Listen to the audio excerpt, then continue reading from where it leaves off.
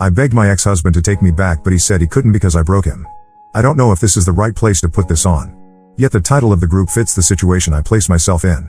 I am posting because my therapist suggested that I should just let it all out, and oddly enough Reddit seemed like a place to do it, so here it goes. I, 42, F cheated on my husband, 42, M 3 years ago. It destroyed my family and I regret it every day. My husband and I got together when we were 19. We were nowhere near each other's first, and for 22 years I thought we were happy. Sure, he has his moments when his temper gets the best of him, but he's the kind of guy that wears heart on his sleeve and takes a lot of SHT, and when he blows up, he will grieve everything that has been bothering him, and I understand. I do the same thing and tend to say some heartless things towards him out of anger, and he never held it against me.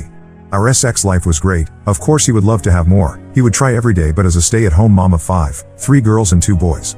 I get tired and he voices opinions when we don't have sex, and I found it to be annoying. Thinking back, we could have had sex more often. Yet, he does help around the house. He works 60 hours a week and makes sure I sleep in on weekends, and I wake up to a nice clean house and breakfast.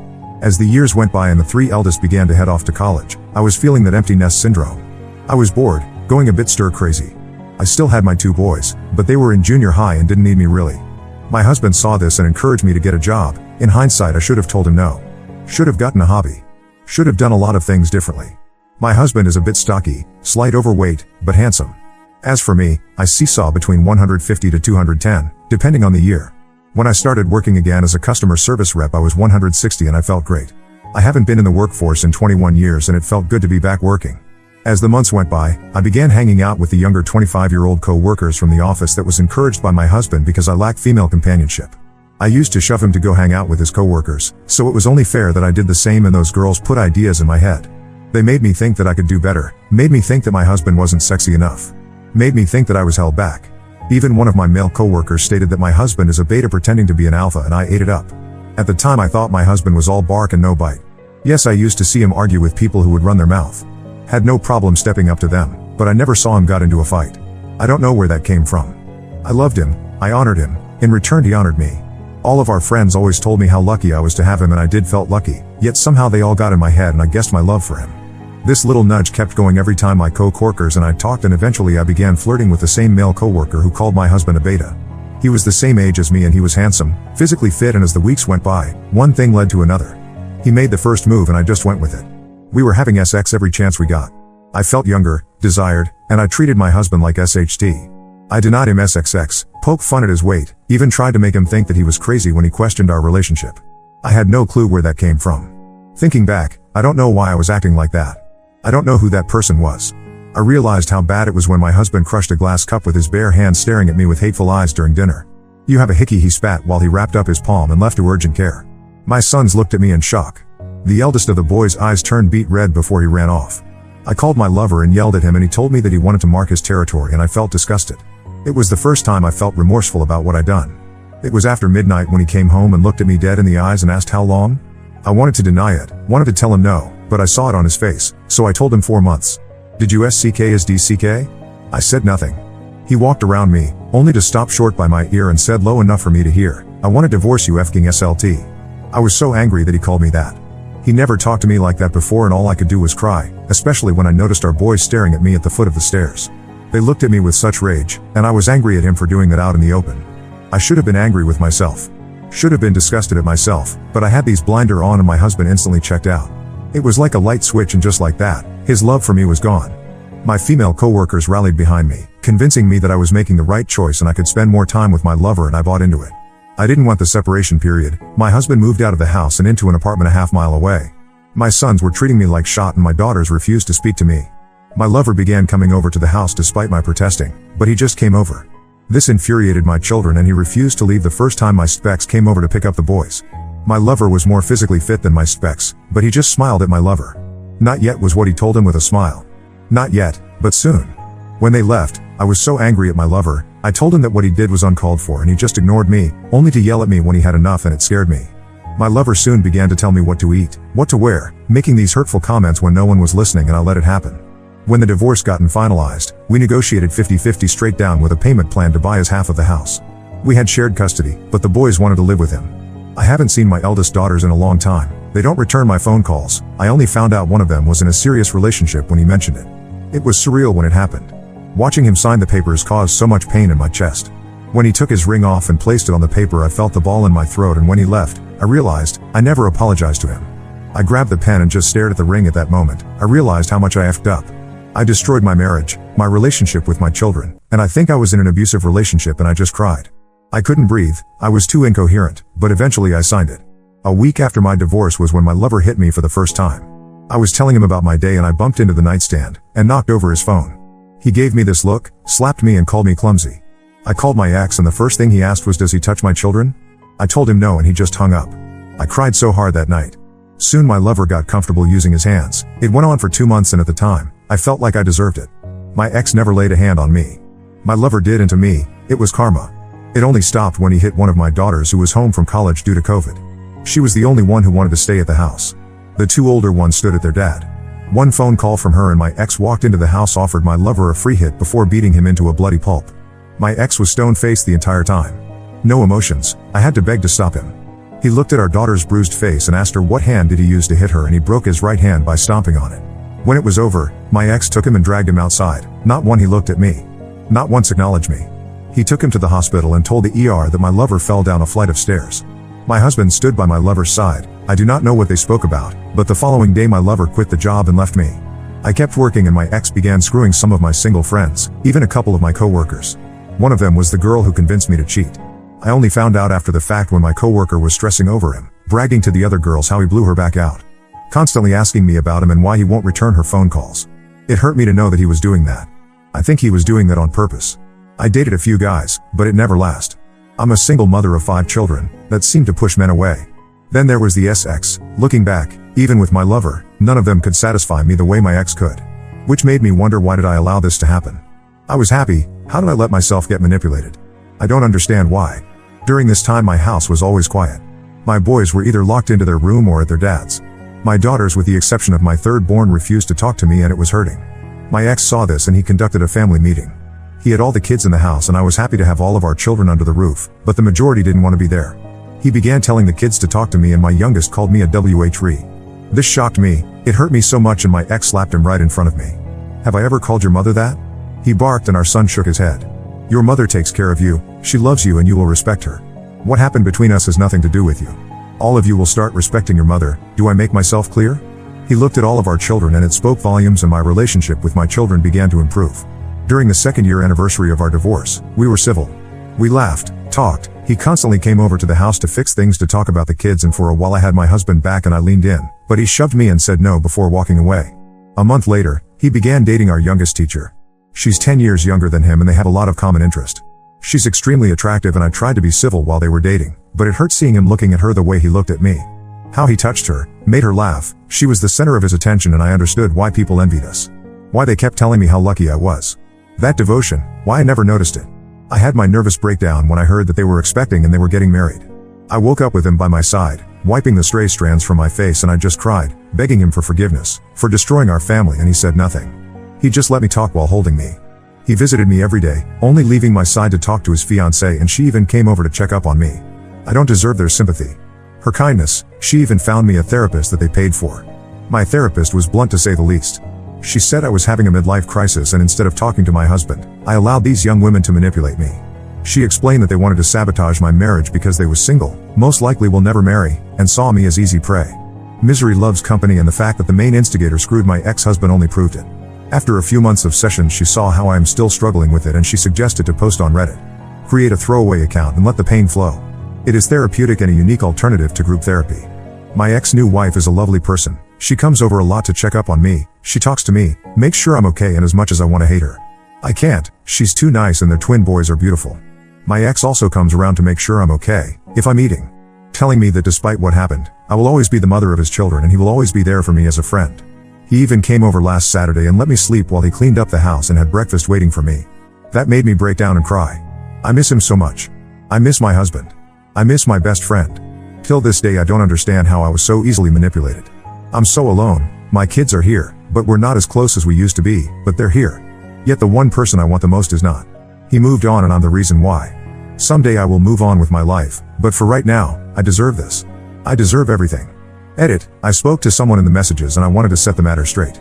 I wanted to talk about what my ex went through, but I felt like it wasn't my place to talk about his pain. I tried to make amends, countless times, but he wanted nothing to with me. It didn't help that my AP didn't want to leave me alone. No matter what I did, he just wouldn't leave me alone. I felt trapped. During the affair I was in this weird haze. It's hard to explain, it was like an out-of-body experience. That day was supposed to be the last time and he left a mark on me. I remembered when I begged my ex to give me another chance. It was days after he found out. He just looked at me and walked away. Only 3 times he spoke to me, when he tried to be civil when signing the divorce papers, when I called him when my partner hit me, and the day after he nearly killed my AP. On that day he unloaded everything on me. As I mentioned before, he has a habit of letting everything fester before he explodes.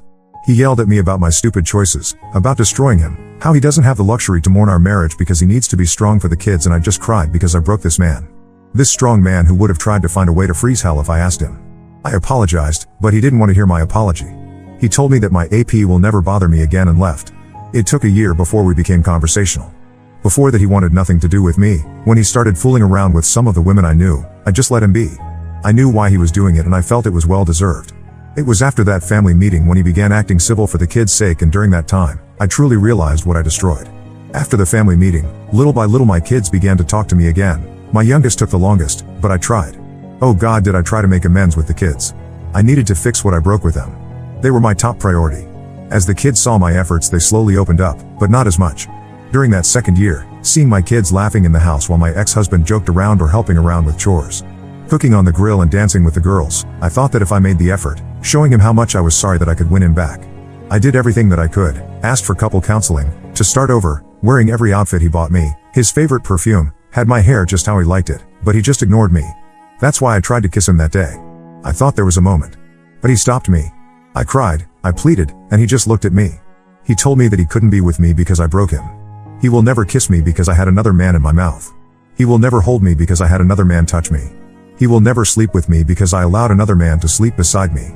I pointed out the women he had been with after our divorce and he made it clear that it happened after our divorce. What I did was during our marriage.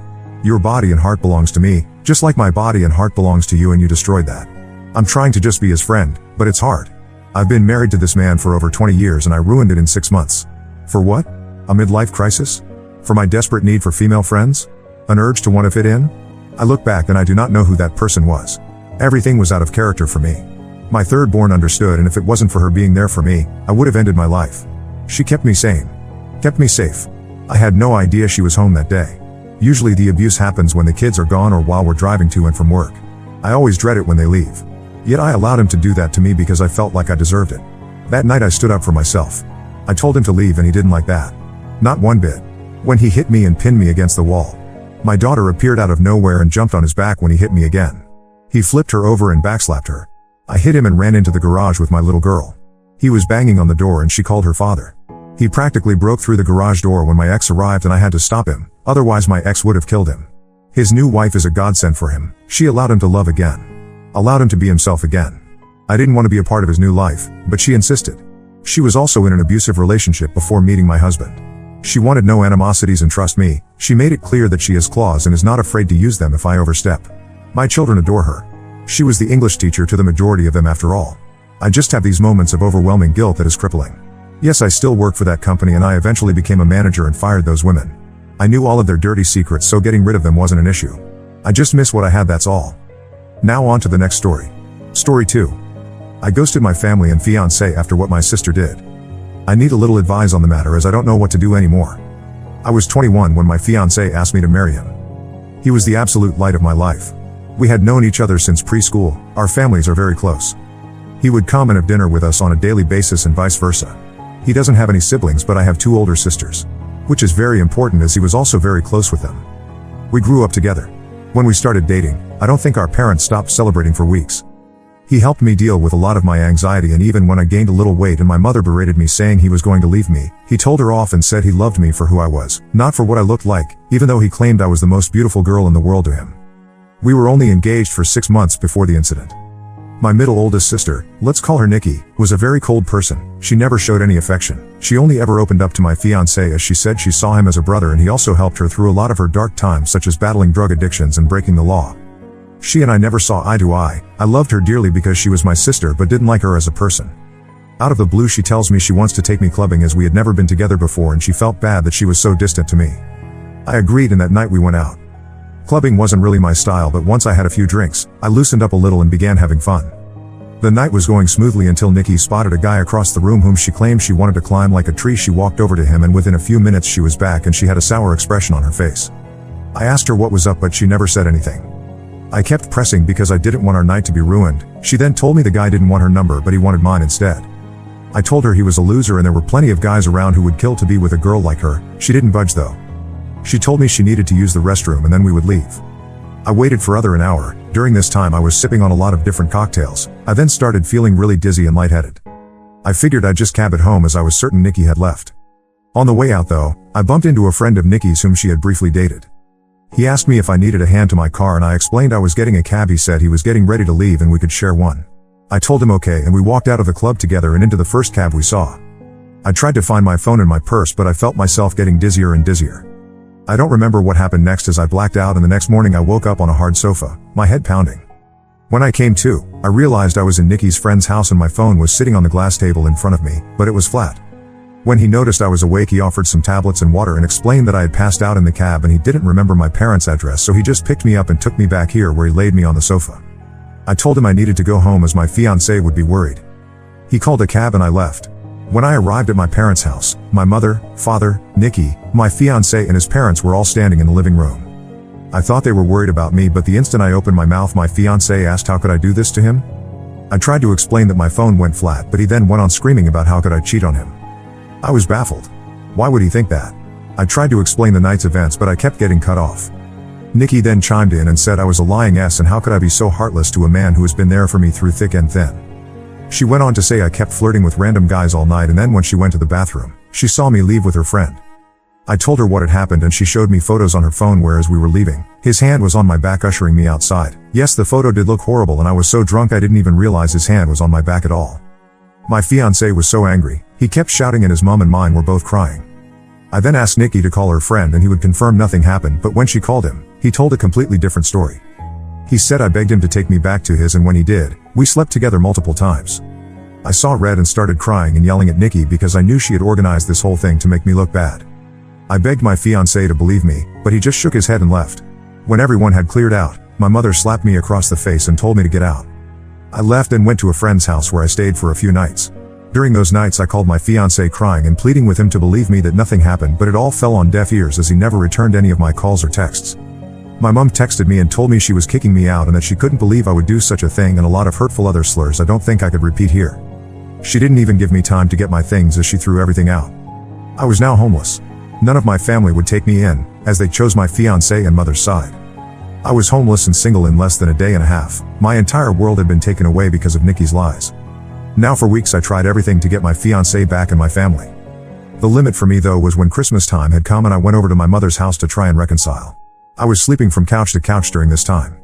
When I got to my parents' house, I knocked on the door but no one answered. My friend then called me and told me she just saw on Facebook that my family were in another state celebrating Christmas and they had posted pictures online. Everyone was there, my sisters, parents, grandparents and even my fiancé and his family. When I myself saw the photos, I couldn't stop crying as they all looked so happy. I cried for days and days before deciding to block them all. I even returned my engagement ring. My friend knew someone a couple hours away who was looking for some help in his restaurant and he even had living arrangements above where he worked so I could get rent at a cheap price and work at the same time. I wanted to start over with my life as it hurt me that no one took my side and they all left me to fend for myself. I was able to move pretty quickly and was doing well. The apartment was tiny and I had to work 10+ hours almost every day, but I was able to save a lot of money. I'm not living in the apartment anymore. I was able to rent a much nicer condo but I am still working at the restaurant as assistant manager.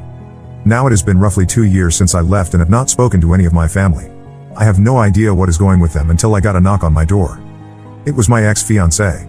I was shocked to say the least. All these feelings came rushing back and all I wanted to do was jump into his arms.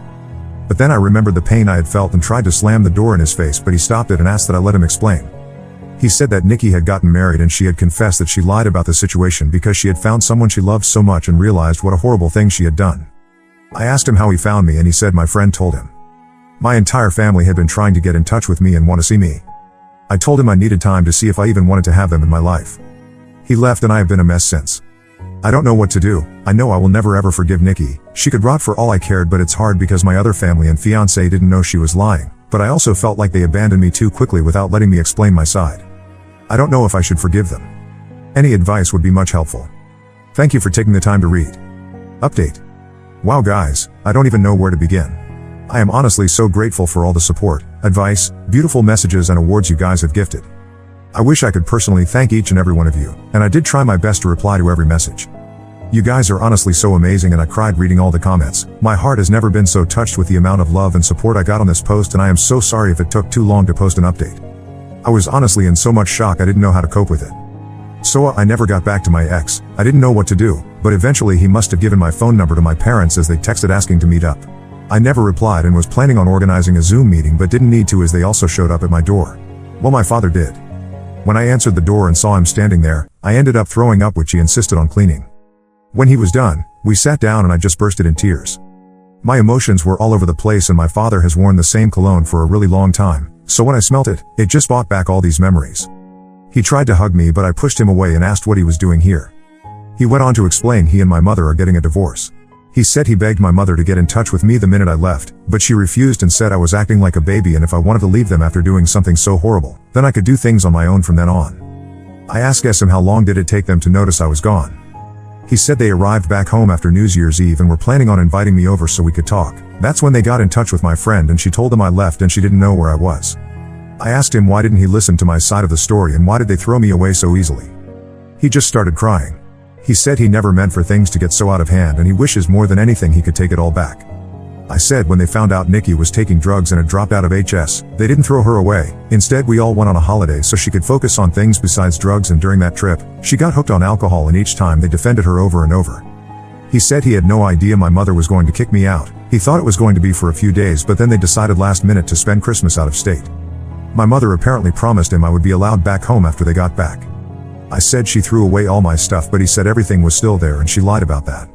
I asked him what has happened to Nikki and he said she is dead to him. He wants nothing to do with her, but my mother has been crying to him, asking to forgive Nikki as she is not well and they had already lost one daughter. They cannot lose two. He blocked my mother and Nikki and has been on my ex's case about finding me. My ex caved in when my dad said he blocked my mother and Nikki and told him where I lived. I asked that he never show up again unless I give him permission and he agreed. He asked what would happen now and I said I really don't know and that he hurt me really bad. I then just went into detail about how much he hurt me and what it felt like seeing them so happy without me and how hard it has been. We were both crying by the end of it, but I was really glad I got it all out. It felt like a huge weight had been lifted off my shoulders. My dad then said he knew a few places around the area and would help get me a better apartment, and he said he would help get a better job, but I told him I wouldn't be leaving this job as my boss helped me out so much and I wanted to repay him at all costs. I said I didn't want him to do anything for me, but I said I do want to reconcile, but it has to be on my own terms and it is going to take a very, very long time to trust him again, and I may never trust him again. He said he would do anything to make up for what he did. I asked him why Nikki did this and if she said anything about it. Well, she said she thought my ex deserved better than me and she wanted to see him happy because he was making too many sacrifices in the relationship. She loved him like a brother and wanted to break the engagement off. So that night she asked her friend to come and escort me out of the club so she could get photos and to take me home so her plan could work. She said nothing sexual happened. I went to sleep on the sofa and that was it. He was up playing video games all night until I woke up, which he has proof of apparently. My dad was planning on getting my stuff from my mother's house and bringing it to me, but I told him I didn't want those things anymore. I then went to ask about Nikki's husband and he said my mother has been hush-hush with the entire situation, but he had his number and wrote it down for me. After my dad left, I decided to call Nikki's husband. I was sweating the entire time and felt so sick. What if I could hear her in the background? Well, anyhow, when he picked up, I just spit everything out, which I deeply regret because I should have eased into it for him. He sounded really confused and I explained the entire situation again.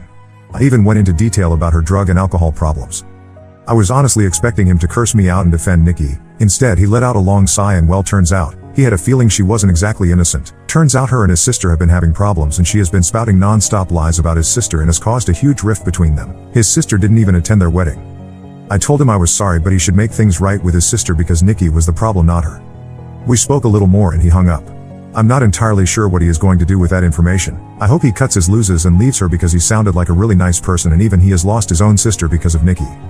So I have decided to reconcile with my dad. My mother has always run the show their entire marriage, so the fact he is putting his foot down and divorcing her and going NC with Nikki shows he is serious about wanting to make amends. I don't think I will ever reconcile with my mother, as she thinks Nikki is a victim also in all this, and at this point I don't care to listen to her excuses. If she reaches out and we talk, I will update the post again. For my ex, I haven't had the time to meet with him and talk, though my dad mentioned he wanted to come with my dad, but he told him I would be too overwhelmed if both were there and seeing them separated will help make clear decisions. He also mentioned my ex was arrested for assaulting Nikki's friend who lied about the entire situation. He was being charged, but the charges were dropped a few days later. I will update the post again when I have time to speak to my ex. Thank you guys for your being so patient and so caring and just amazing.